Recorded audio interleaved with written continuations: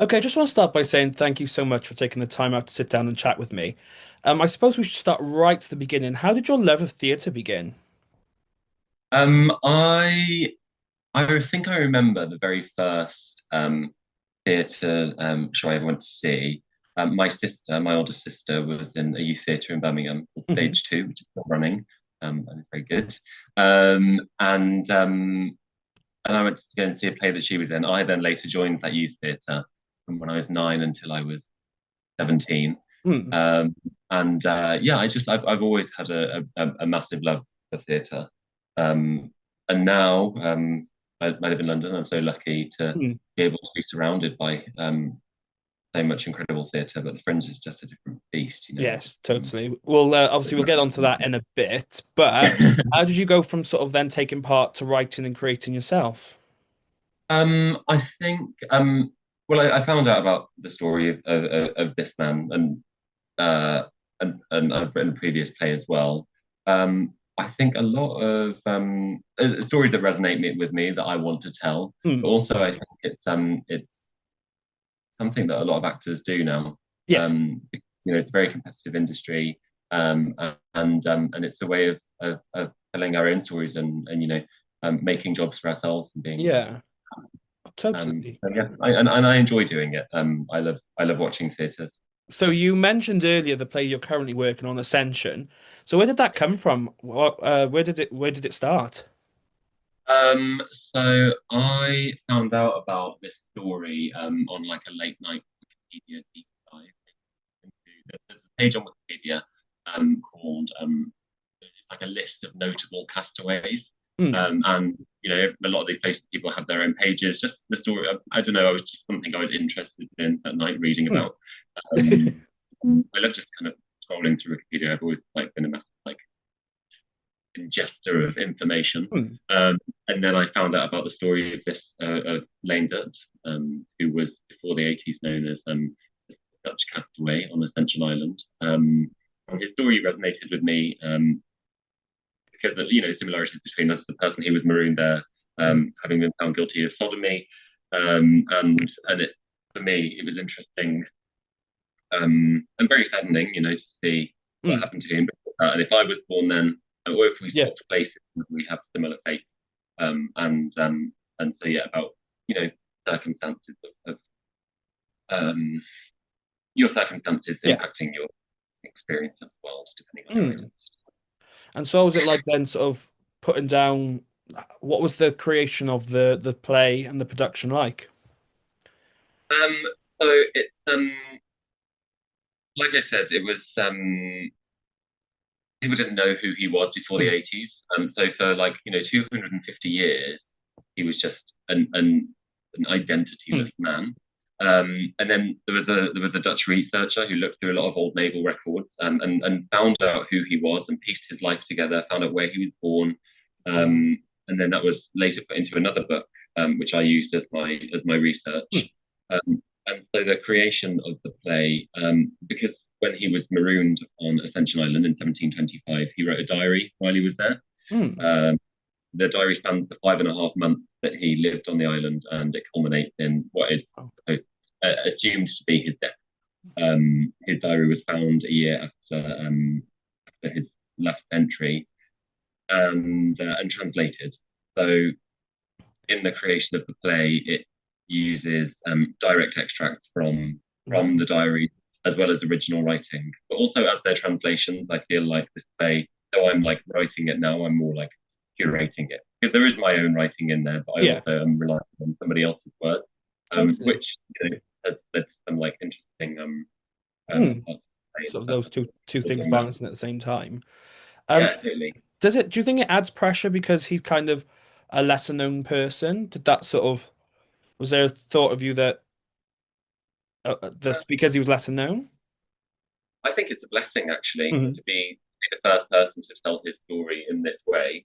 Um, yeah, I think part of the fear was in the writing of it because it took me a long time to write it as well. Hmm. That somebody else would find this story before me and tell his story like before I could do it. Luckily, that hasn't happened. But no, it's a blessing really that I get to you Yeah. know be the one that's telling his story now. That's kind of reclaiming it because that's what I feel like I'm kind of doing for him. Mm. I feel like connected to him in a way that I kind of feel like he and other persecuted queers throughout history deserve to have their stories told. So yeah, I feel very lucky actually that I'm the Yeah. person to be You on mentioned obviously that he fell under the queer umbrella. So why is it important for you bringing sort of queer stories, and why is representation important for you? Um, I'm a queer person as Hmm. well, and this story is about it's based on his story, but Hmm. a lot of some parts of the original writing are my own story as well. But also, this it's a story that is has been going on for you know Hmm. as far back as human civilization can go back, and it's still going on now. Maybe in the UK we have rights, but Hmm. there's still it's still not perfect. In Hmm. other parts of the world, people are still being persecuted um, for Yeah. like they're being under the queer umbrella. So it's important for me to be able to kind of explore the global Mm. and historical situation through one man's story. Oh, Um, lovely. yeah. Yeah, fantastic. So where does the name come from, Ascension? So Ascension is the name of the island that he Oh, right, was okay. marooned on. It's Ascension Island. It's basically that bang in the middle of South Africa and Brazil. So Hmm. as far away as you can get Yeah. from any mainland. And also he was a deeply religious man Hmm. that is apparent in his diaries. Um, and so it's I'm not personally religious, Hmm. but my play is not anti-religion. It is anti weaponized religion, Lovely. using religion to justify bigotry and bias. Hatred, yeah, yeah. And so oh, I lost my train of thought there. So it's not yeah, and so it's also like his own essential, Hmm. um, Oh, you fantastic. know, learning to kind of find that balance between your faith and your Yeah. identity. And it's interesting to see a story that with religion and sort of queerness working together, because obviously so often we see it opposed. So it's quite interesting to see them sort of working together and a queer individual being devout and focused on their faith. Yeah, yeah, because everything is nuanced. There's a lot of Hmm. religion that is a lot of queer people find comfort in Hmm. religion, Totally. and I think it's worth exploring that as well. Yeah, fabulous. So I want to take you back to kind of last year, when you first went to the Fringe. So what was the getting the call like, or the announcement that you are heading to the Edinburgh Fringe? Um, it's something that I've wanted to do for a long time. So and I didn't have the play written Hmm. when I wrote the program as at Bedlam, and so it's my partner that pushed me. You just need to book it. Mm. And so being accepted and announcing it was amazing because I was finally at this point where I was going to be putting the show on, but also the pressure of oh no, I have to finish it and put it all together. So taking a show to the Fringe is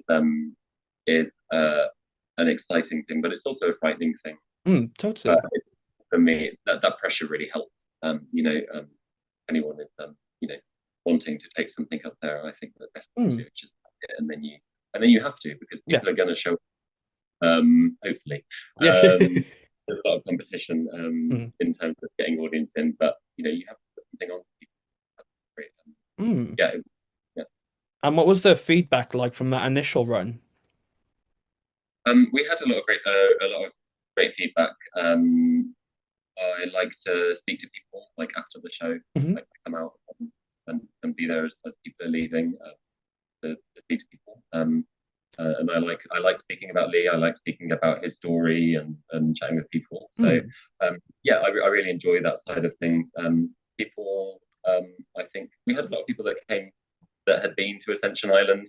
We had like Oh, a wow. very varied Yeah. uh, audience.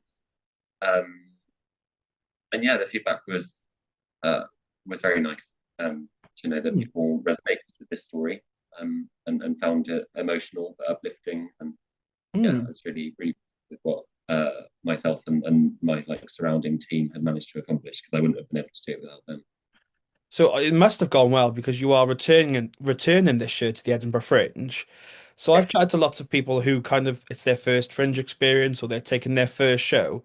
How was the sort of experience different coming back for a second year rather than doing it for your first time?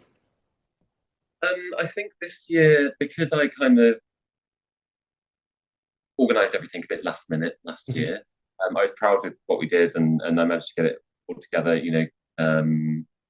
What's been nice this year is to be able to know, like, I've got the bones of the show Mm, there, to be able to concentrate on like on smaller things and um, enjoy the process a bit more with a little bit less pressure. The pressure is obviously still there. I mm, want people to enjoy it still, but I can just add little tweaks or add little upgrades here and there, and yeah, and with it being a bit later in the day as well, I feel like I want to go and explore more of the fringe mm. this year. I didn't see as much as I wanted to do this year, Oh, and that's why I fantastic. love Fantastic. It's my first experience this year of the Edinburgh Fringe, so I'm planning to head up. So I'm very excited to kind of do everything. I know that's physically impossible, but I am very it. excited. Yeah. I'm excited for you. I love it. It's my very first fringe in 2017. Hmm. I got a train up there last minute. I found like a last minute really good deal. I rented a beanbag on somebody else's Airbnb floor for £10 a night. I slept on for I think 3 nights, and I was seeing like over 8 shows a day. And it gets to the end, and I'd be like, I want to see more, but I'm so tired. Whatever I see, I'm not going to be able to enjoy it Enjoy as it much as I fully, want yeah. to. Totally. So yeah, I'm excited for you to. Yeah. So for those who saw the first run of the show, how is it different? How has it changed for the second run? Yeah, like I said, we've just like upgraded some of our like Hmm. a little bit. Now I've added a little more wiggle room on my running time. So some parts that we had to cut last Hmm. year are back in. Um, yeah, I think we'd done a read through, and it looked like it was going to be on the right time. And then we did our run, and we were 13 minutes over. Oh wow. So yeah, we were cut. So now I've extended the running time just by 5 minutes, 55 and Hmm. 60. Yeah. So obviously So people who just haven't seen it before can still enjoy the slightly yeah, altered jump. totally. Totally. Yeah. There's just like additional bits where I felt like because I'm telling this man's life story. It Hmm. starts from his birth until his death at 30, and it starts with his death. So it's not a spoiler. It's you know the death is the start.